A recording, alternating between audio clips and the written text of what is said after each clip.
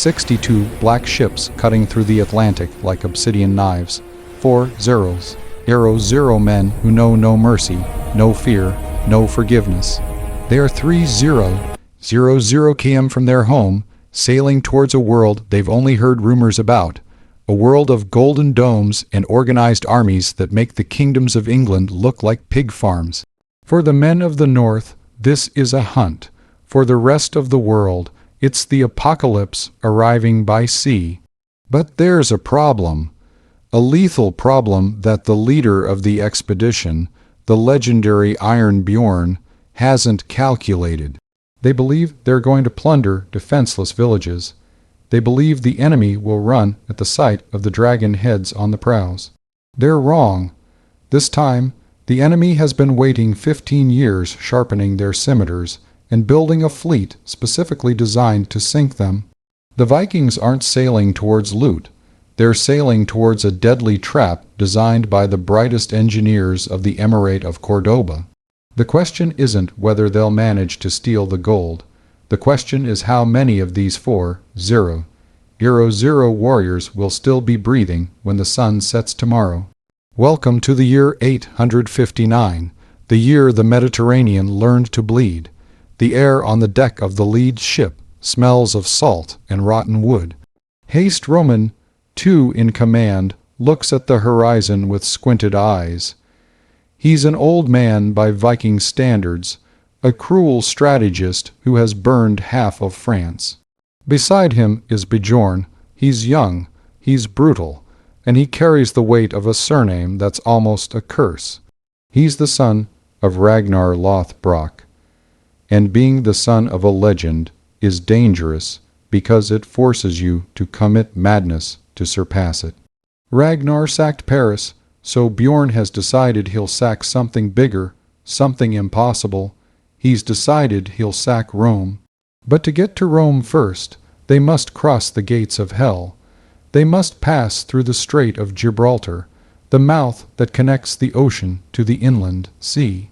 And that mouth is guarded by the Umayyad Emirate of Al-Andalus. The Vikings call these lands Jacob's Land.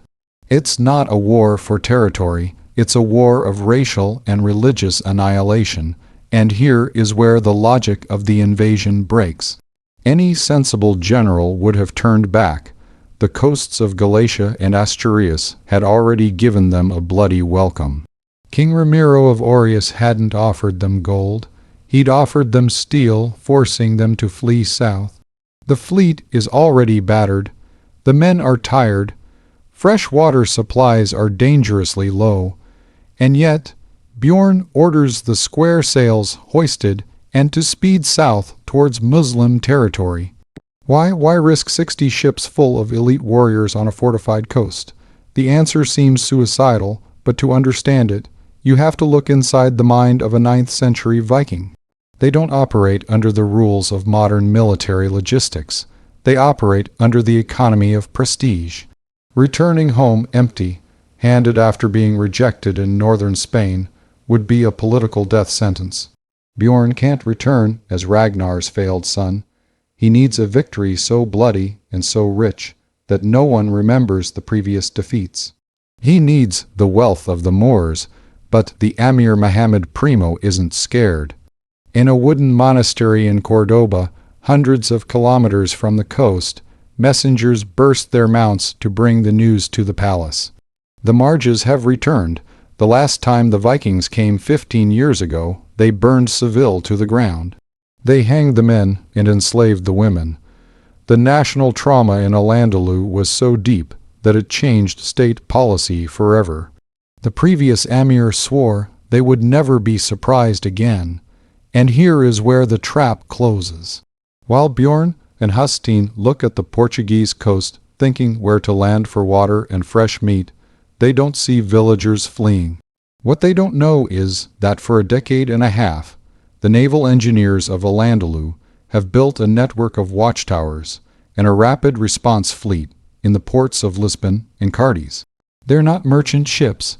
They're warships equipped with catapults and Greek fire, manned by professional sailors who know the currents better than their own hands. The Vikings believe they're invisible. They believe they have the element of surprise. But at dawn, on the third day of sailing, the lookout on Bjorn's ship shouts and points east. They're not seagulls, they're not clouds, they're sails, dozens of them, triangular sails, lane fast cutting against the wind. The Emirates' patrol fleet has come out to hunt them. The clash is imminent. In the open sea, the Viking longships are fast and light, perfect for beaching and going up rivers, but they're low, open, and vulnerable to boarding from taller ships. The Andalusian ships are floating fortresses. The sound of Viking war horns breaks the morning. It's a deep, terrifying sound designed to freeze the blood. Shields line the gunwales. Shield wall shout the else. 4-0. 0-0 throats roar to Odin. They're thirsty. They're furious, and now they have prey, or so they think, because what's about to happen off the coast of Lisbon isn't a standard battle. It's the clash of two opposing military technologies. The heavy northern axe against the composite bow and southern engineering. Bjorn Ironside draws his sword. Haststein takes the helm. The first volley of Muslim arrows darkens the sun. And then the first Viking ship explodes. It doesn't break. It doesn't splinter. It bursts into flames. The Andalusians are launching incendiary naphtha projectiles. The liquid fire sticks to wood sails and the skin of the northern men.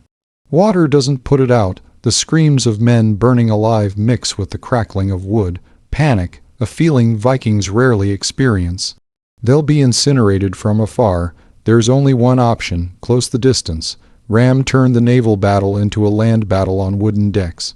They have to reach them before the fire consumes the whole fleet. Row, row, or die today here, yells Bjorn with his face smeared with soot. The Viking rowers, men with muscles of steel forged in the North Sea, plunge the oars into the water. The ship's speed increases, the wind whistles, arrows fall like rain. They're entering the kill zone straight towards the Umayyad fleet. The impact is brutal, wood against wood, metal against flesh. The chaos is absolute, but this is just the initial skirmish.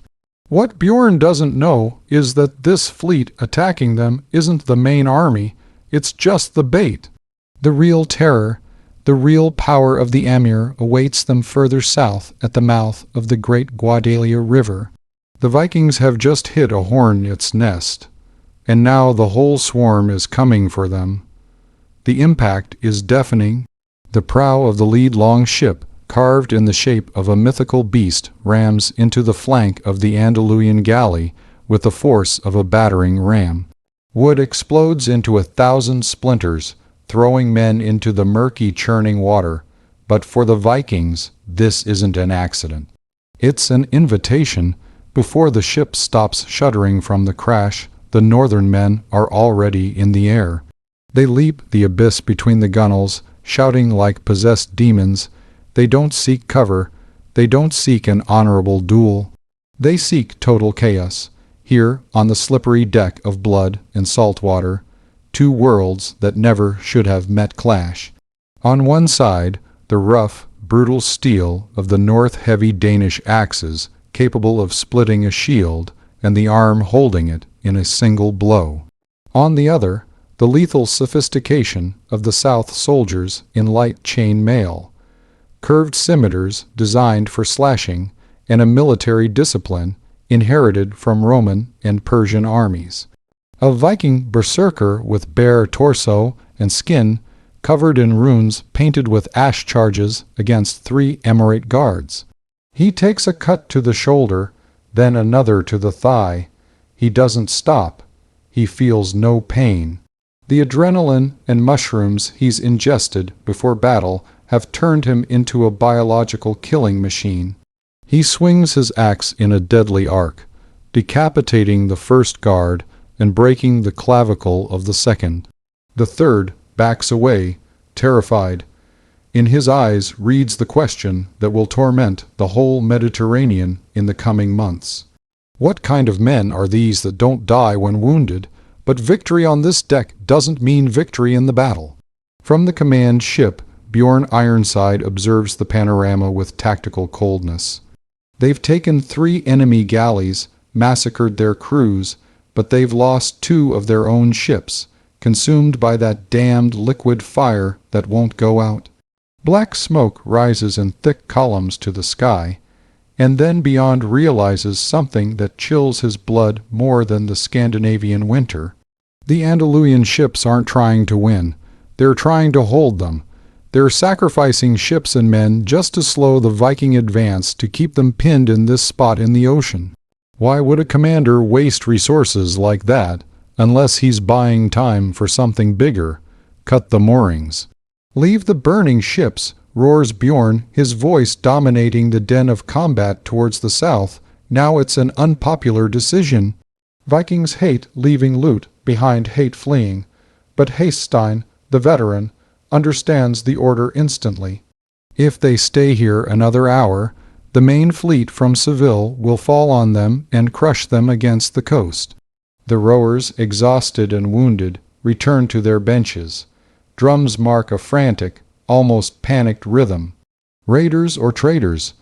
The remaining 60 ships turn and catch the north wind to escape the trap, leaving behind a floating graveyard of charred wood and bloated corpses. They've survived the Lisbon ambush, but the price has been high, and worst of all, the Atlantic Ocean gives them no respite. They sail south, skirting the Algarve coast. The landscape changes. Green cliffs give way to golden beaches and relentless sun. The heat is a new enemy for men accustomed to fog and ice. Leather and metal armors become ovens. As they advance, the lookouts notice signals on the coast. Smoke, bonfires, lighting on hilltops as the fleet passes. One lights, and minutes later another further south, and then another. It's a primitive but effective telegraph system. The Vikings aren't invisible, they're being tracked in real time. Every move they make, every mile they advance, is being transmitted to the southern garrisons. The Emirate of Cordoba functions like a perfect machine. They know they're coming, they know how many they are, and they know where they're going. After 2 days of tense sailing, the horizon opens. The European coast ends abruptly, and across a strip of dark blue water rise the mountains of Africa. They've reached the Pillars of Hercules. The Strait of Gibraltar is the gateway to the Mediterranean. Bjorn's golden dream, but it's also a natural funnel. The passage is barely 14 km wide at its narrowest point. The currents are treacherous, capable of smashing ships against rocks if the helmsman gets distracted for a second. And most importantly, whoever controls the strait controls the world. Bjorn looks towards the north coast of the strait. There is the city of Algeciras, and beyond the great rock of Gibraltar. It seems calm, too calm. "We cross?" asks Zai, looking distrustfully at the churning waters where the Atlantic and Mediterranean clash. East wind. They haven't come from so far to turn back at the gate. They're going to enter the inland sea. They're going to do what no Viking has done before on this scale. But upon crossing the threshold, upon passing the invisible line between the two seas, the reality of their situation changes drastically. The Atlantic was an open ocean where they could hide in the vastness. The Mediterranean is a closed lake patrolled by ancient empires. They haven't entered a hunting ground. They've entered a cage, and the cage's guardian is about to close the door behind them. As the Viking ships venture into the blue sea, a shadow moves in the port of Algeciras. They're not warships. It's something worse. It's the silence before the storm, because the emir's plan wasn't to stop them at Lisbon. The plan was to let them in, let them get confident, let them venture so deep into the beast's belly that retreat becomes impossible. Bjorn feels the change in the air. The wind smells different here. It smells of spices, ancient dust, and danger.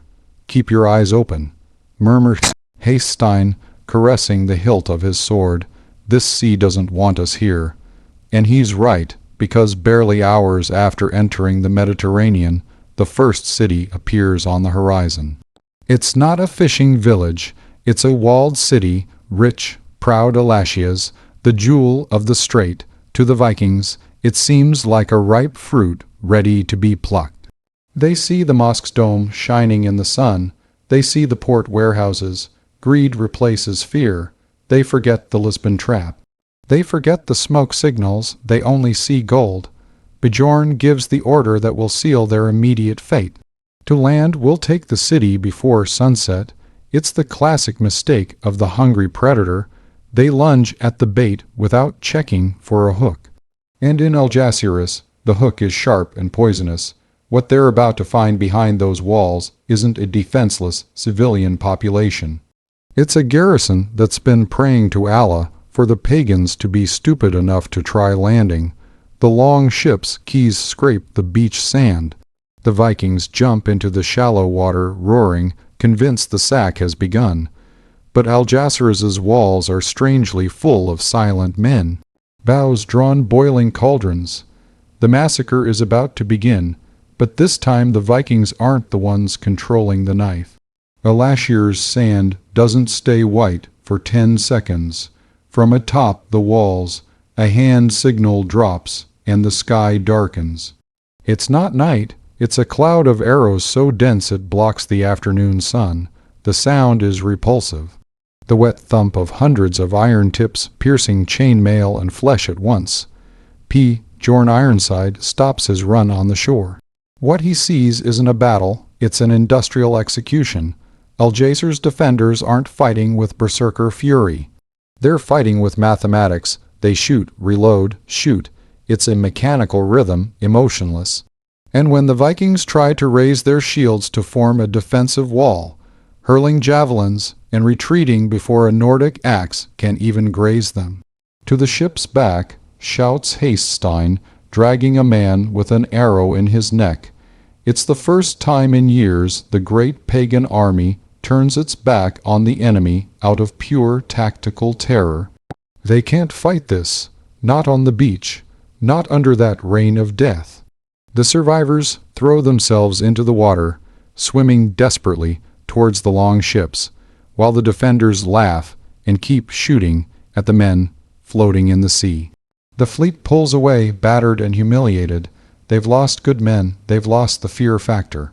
They can't go back north without passing the Lisbon fleet again. They can't stay here. Only one direction remains, South Africa. Crossing the strait, the coast of what we now call Morocco rises before them. For a man from Scandinavia, this is like landing on the moon. The heat is stifling, the air shimmers. They reach the city of Necker. Here, the garrison is smaller.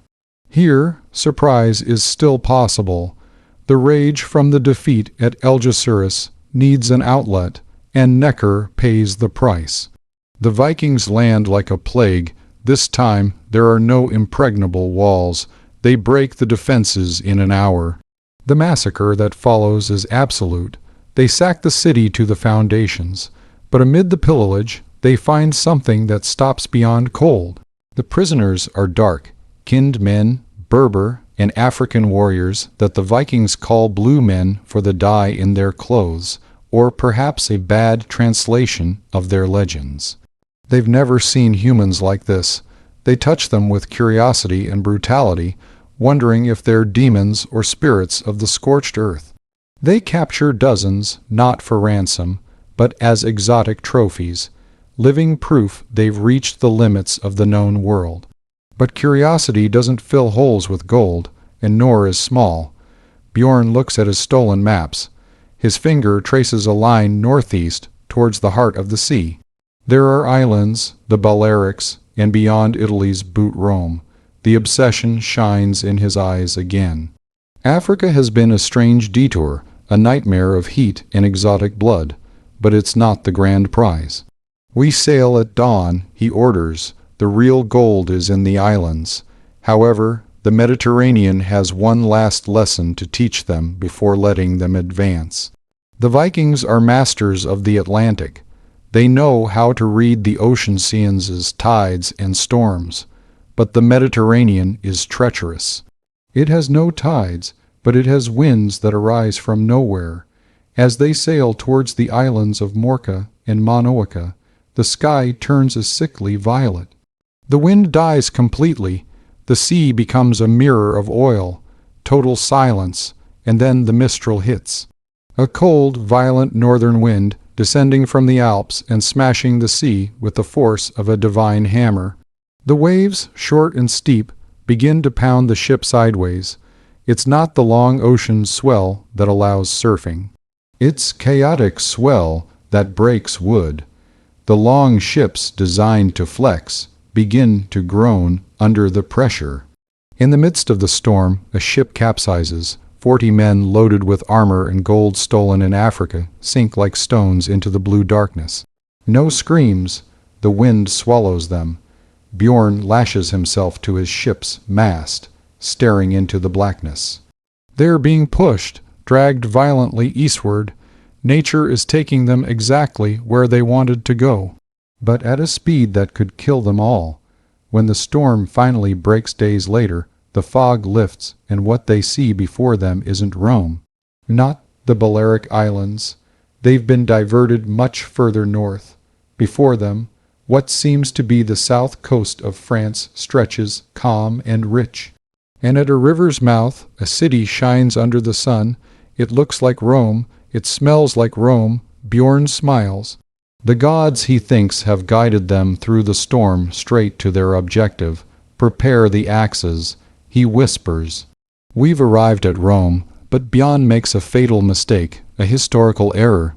That city isn't Rome, and the man ruling the caliphate takes notice lands isn't a defenseless pope, but a Frankish count who's been waiting for a chance to hang pagan heads on his walls. Geographical confusion is about to unleash a comic and bloody tragedy. The city rises before them, magnificent, built in white marble that blinds under the Italian sun. Its walls are high. Its towers touch the sky, and the sound of church bells floats in the air. For a northern barbarian, this opulence can only mean one thing. Rome whispers Bjorn with eyes bloodshot and greedy. The city of emperors. In reality, they're in Luna, an ancient Roman city on Italy's north coast. But Bjorn's geographical era is about to become the local inhabitants' nightmare. However, there's a technical problem. Luna's walls are formidable. A frontal assault would be suicide, and after the Allurus lesson, Haststein isn't willing to sacrifice more men against stone and arrows. If they can't enter by force, they'll enter by deceit. Haste hatches one of the boldest and most theatrical plans in Viking military history. They send a messenger to the city gates. The man carries no weapons. He goes, crying with head bowed, "Our leader has died," lies the messenger to the guards on the battlements. He repented his sins on his deathbed. Luna's bishop, a pious and perhaps too naive man, sees a divine opportunity. Converting and burying a pagan king would be an enormous spiritual victory. The heavy wooden and iron doors, those no axe could have broken, begin to open slowly with a groan of rusty hinges. The funeral procession enters. A group of unarmed Vikings carry a heavy, rough wooden coffin. They walk solemnly towards the cathedral, surrounded by priests waving incense and chanting in Latin. The whole city comes out to watch. Luna's citizens observe curiously these blond giants mourning their leader. The atmosphere is peaceful of religious triumph. The coffin is placed before the main altar. The bishop raises his hands to begin the mass. The silence is absolute, and then the coffin's lid flies off. Haststein isn't dead. He jumps from the box with sword in hand, roaring like a trapped beast. Before the bishop can finish his Latin prayer, Haststein's blade pierces his chest.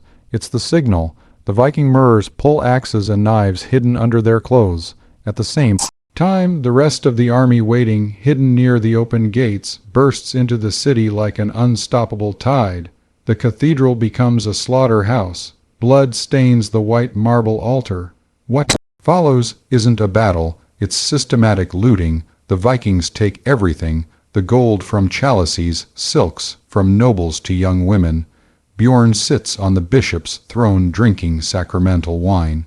Convinced he's the new Caesar, he's conquered Rome, he's surpassed his father, but the euphoria is short-lived. While interrogating survivors, dragging a local merchant before Bjorn, the truth comes out. The man, trembling, explains between sobs that this isn't Rome. Rome is hundreds of km south. This is just Luna, a provincial city, a pale shadow of the capital. Bjorn's face darkens. Shame is worse than defeat. They've used their best trick. They've risked everything to sack a second-rate town. Kill it, orders Bjorn coldly. Leave nothing. If it's not Rome, it'll be ashes. They load the ships with Luna's loot. But the atmosphere in the fleet has changed. They're far too far. They've awakened all of Italy's wrath, and the Strait of Gibraltar is still blocked by the Muslims. The question now isn't what else can they steal, but how the hell are they going to get out of this closed lake alive? To return home, they must cross again through the jaws of the Emirate of Cordoba, and this time Emir Mohammed Primo isn't going to send a patrol. He's assembled the largest fleet the Western Mediterranean has seen in centuries. The Vikings believe they are the hunters. But as they turn their ships west towards the exit, they don't know they're sailing straight into a wall of fire and wood waiting for them in the strait. The Mediterranean Sea is a honey trap. It's calm, it's beautiful, and it seduces you to stay too long, and the Vikings have stayed too long. They sail west back to the exit, but their ships are no longer the agile predators that entered months ago. Now they're obese beasts, slow settling dangerously low in the water. The holds are crammed with silver, silks, gold chalices, and slaves captured in Africa and Luna. Greed is their anchor. A heavy long ship is a dead long ship, but no man aboard is willing to throw his fortune overboard for speed. It's the sunk cost fallacy turned death sentence. As they approach the Pillars of Hercules, the mood changes, the sky clears, revealing the unmistakable silhouette of the Rock of Gibraltar. It should be the gate to freedom to the Atlantic Ocean and the way home, but the horizon is blocked. Emir Mohammed Primo has kept his word. He hasn't sent a blocking squadron. He's deployed an armada. 20, 30, 40 in Wales form an unbroken line from coast to coast. They're not patrolling. They're waiting. They've had weeks to study the current's position with wind advantage and prepare their war machines. Bjorn Ironside looks at the wall of wood and lateen sails from the prow of his overloaded ship. He knows basic math. 60 heavy, tired Viking ships against a fresh, technologically superior fleet. No passage, murmurs Haststein. They want us to surrender, but Vikings don't surrender. Surrender means slavery or public execution in Cordoba. The only option is to break through the wall, full sail, prepare for impact, shouts Bjorn. It's an act of desperation. The Vikings try to repeat the Lisbon tactic, close the distance and board, but the Andalusian admiral, a man named Hashim ibn Abdul Aziz, has learned the lesson. He doesn't let them get close. When the Vikings enter range, the sky rains fire again. Catapults on the Arab galley's decks launch sealed ceramic pots. Upon breaking against the Nordic ship's wood, they release naphtha. Seconds later, flaming arrows ignite the liquid. The sea becomes hell. This time the massacre is won. Sided. The Viking ships too heavy to maneuver can't dodge the projectiles. One after another, they become floating purs. Slaves chained in the holds scream as smoke chokes them before flames reach them. Molten gold runs across decks. Bjorn watches his fleet disintegrate. 20 ships burning in the first 15 minutes. Men jumping overboard where Muslim archers hunt them like ducks in a pond. Discipline breaks. It's no longer a battle. It's a race for individual survival. Throw the cargo. Throw everything, yells Haststein. It's the most painful order a Viking can hear. Reluctantly crying with rage, the warriors begin tossing silver chests, statues, and armors overboard. The ships lightened of tons of dead weight rise a few inches in the water. They regain some of their legendary agility, but the encirclement is nearly perfect. Amid the chaos, Bjorn makes a mad decision. He sees a gap in the enemy formation near the African coast, where currents are more violent and rocks dangerously close to the surface. No sane captain would sail there. It's suicide.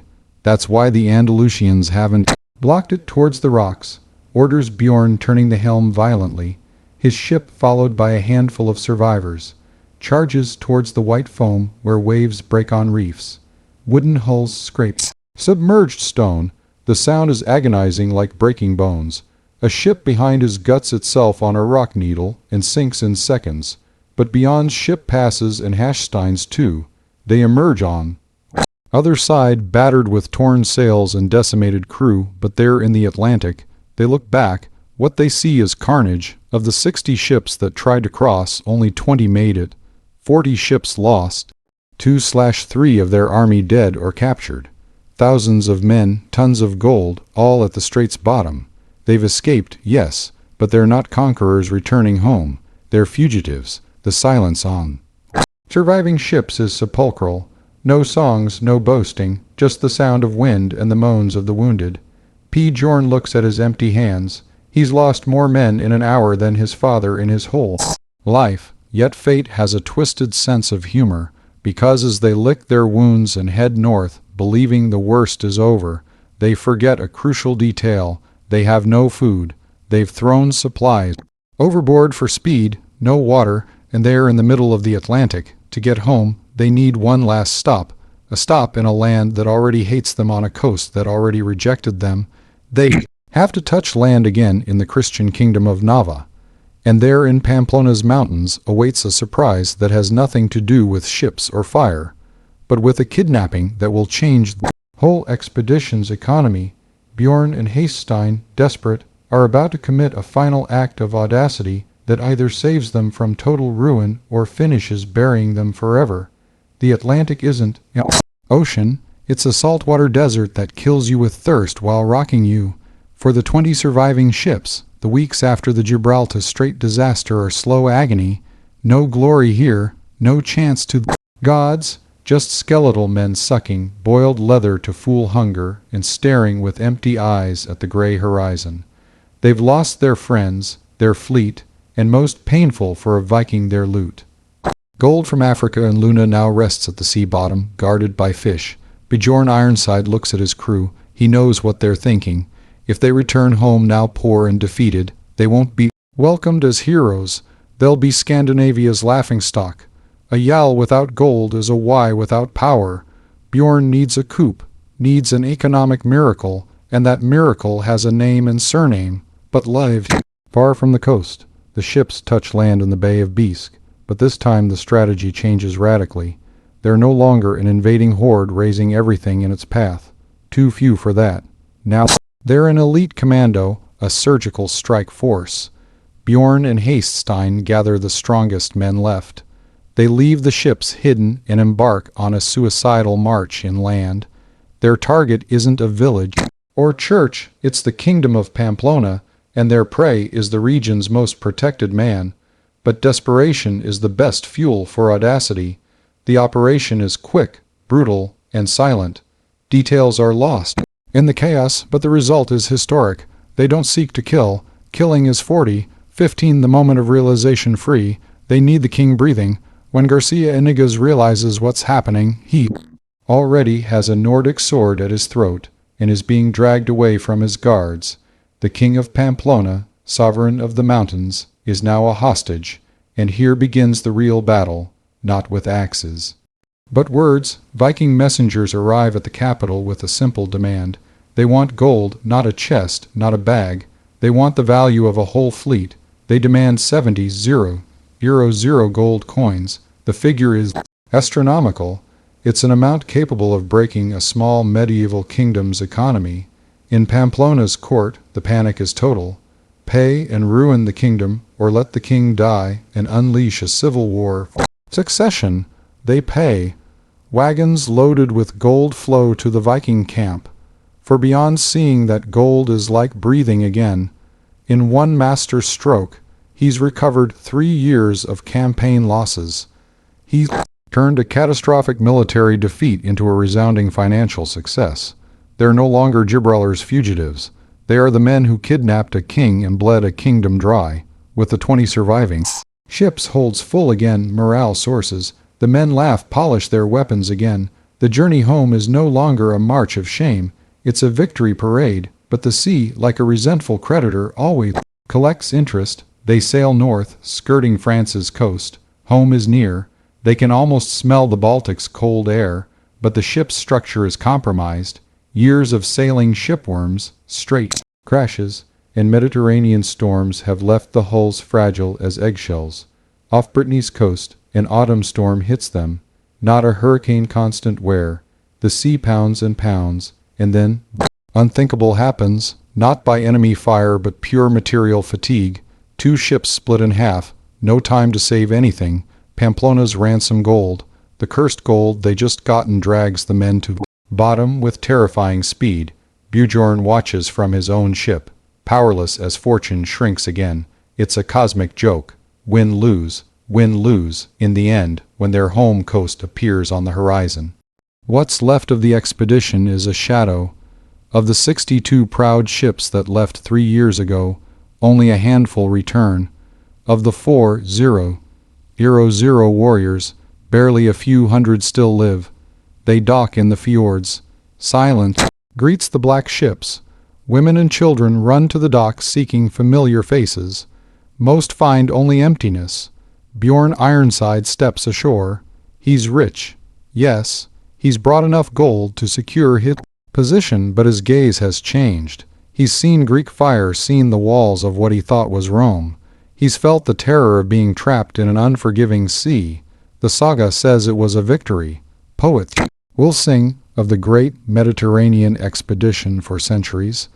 They'll say beyond conquered distant cities and challenged empires, but the historical truth is colder. It was a logistical catastrophe, saved by a last-minute kidnapping. Yet Bjorn's journey had a consequence no one saw coming at the time, a consequence that didn't affect the Vikings, but their enemies, because while Bjorn licked his wounds in the north and the south, Cordoba's emir and Europe's Christian kings learned something that decade. They learned Vikings weren't invincible demons. They bled, burned, and with proper defense could be destroyed. The mystical fear of the northern man broke at the Strait of Gibraltar. Bjorn retires to his lands, rich and famous.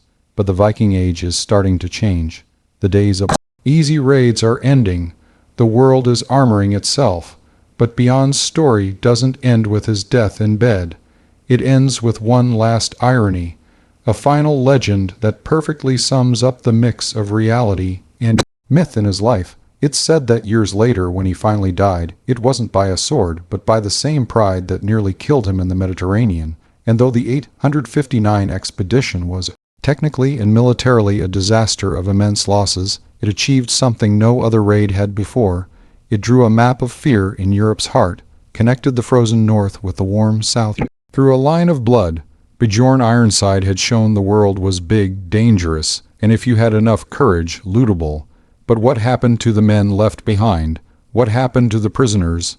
Stragglers, the ships that didn't sink, but didn't return either. The official story ends at the docks with Bjorn's return, but the real story, the dirty and complex one, leaves a trail of blood and stranges that lingers in the south, because not all Vikings died and not all escaped. In the chaos of the Guadalave retreat and the Strait disaster, several ships were stranded on the Andalusian coast. Hundreds of men surrounded, cut off from their fleet, faced that survival dilemma we talked about at the start. Die fighting or adapt. What happened to them is one of the Viking Age's most bizarre epilogues. Emir Muhammad Primo, a pragmatic man, looked at these captured blonde giants. He could cut off their heads and stack them at Cordova's gates. He did with many, but with others he saw an opportunity. They were war machines loyal to whoever gave them gold and food. So the unthinkable happened. The fire worshippers, the northern demons, converted to Islam. They settled in plains near Seville. They traded Thor's hammer for prayer to Mecca. They married local women, and in a twist of historical irony, these former raiders ended up raising cattle and making the region's famous cheese. The wolves became shepherds. But while some Vikings integrated the Mediterranean armored itself, Bjorn Ironside's raid had a side effect he never calculated. It awoke the sleeping dragon of Islamic naval engineering. The Emirate of Cordoba decided it would never be humiliated again. In the following years, Seville and Almeria's shipyards worked day and night. They built a permanent fleet, not for trade but for hunting. They designed faster ships, organized coastal patrols, and early warning systems. The western Mediterranean became a closed fortress. Bjorn had managed to enter because he was an anomaly, a surprise. But in doing so, He closed the door for all who came after. No other Viking king would repeat his feat on that scale. The Mediterranean learned to bite. In the north, Bjorn's legend grew fed by gold and poets' lies. But in his whole solitude, Bjorn knew the truth. He'd touched the Viking world's limits. He'd seen civilizations operating at a sophistication level his exes couldn't dismal. The world was getting smaller and harder. The easy raids era was dying. The 859 raid wasn't the start of a new golden age of Viking expansion south. It was the high tide mark. The wave broke there on Algeciras beaches and Gibraltar's rocks and began to recede. Bjorn Ironside died years later, rich and respected. But the real death, the death of his way of life, began that day in the strait when Greek fire consumed his ships. We're left with one last reflection, a final look at the man and myth, and why despite the tactical disaster, we still talk about this madness. 1,000 years later, Bjorn's hall in Scandinavia smells of wood smoke and roasted meat. But for the men who returned, the memory smell is different. It smells of burning laughter, smells of the Mediterranean's hot salt. The skalds, the court poets, are already weaving the lies. They sing of defeated dragons and marble cities that surrender to northern terror. They sing that Bjorn Ironside is a god walking among men invulnerable to steel. And as the myth flows, the young warriors, those who didn't go south, listen with shining eyes, dreaming of their own chance. But Bjorn doesn't smile. He knows glory's real math. 62 ships left, 20 returned. 4-0. 0 men left, less than 1. 0 returned. The wealth shining in the chests is immense. Yes, enough to buy loyalties and armies for a generation, but the cost has been a generation of veterans' annihilation. The nickname Ironside takes new meaning in that hall's dimness. It's not about magic, not about impenetrable skin. It's about being the only man able to walk through a hell of liquid fire, poisoned arrows, and killer storms, and emerge breathing on the other side. His iron isn't his strength. It's his absurd ability to survive his own mistakes. Outside, the northern winter begins closing the fjords with ice. The sea turns gray and hard. The 859 expedition marks an invisible line in time. Sand. It was when Viking expansion crashed into an unbreakable wall. In the north, in England and France, they fought fragmented feudal kingdoms.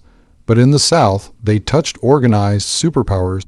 Edge, the Emirate of Cordoba and Bees, Antine Empire, though they only grazed it, operated with logistics and technology that made Vikings seem what they really were, brave pirates and open wooden ships.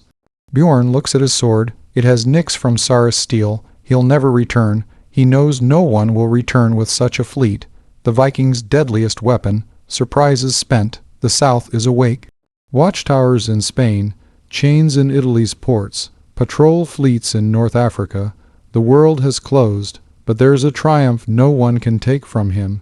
Not even historical truth did the impossible. He sailed farther than his father, Ragnar, crossed the ocean, the forbidden strait, raided 3 continents, and returned to tell it. He's bought his immortality, not with strategy, but pure brute audacity. The youths in the hall shout his name, Bjorn Bjorn. They toast the conqueror of Rome, though it was Luna. They toast the man who challenged the world. Bjorn raises his cup, drinks. The taste is sweet, but the aftertaste bitter. He's won the fame game, but lost the war game. The Viking era in the Mediterranean didn't end with a whimper centuries later. It ended here with these broken ships return and these rich but traumatized men. The whole door opens and a gust of icy wind and snow enters. The hearthfire flickers, casting long shadows on walls, shadows like lateen sails and curved scimitars. Beyond Ironside closes his eyes. In the darkness, he can still see Greek fire burning on the strait's black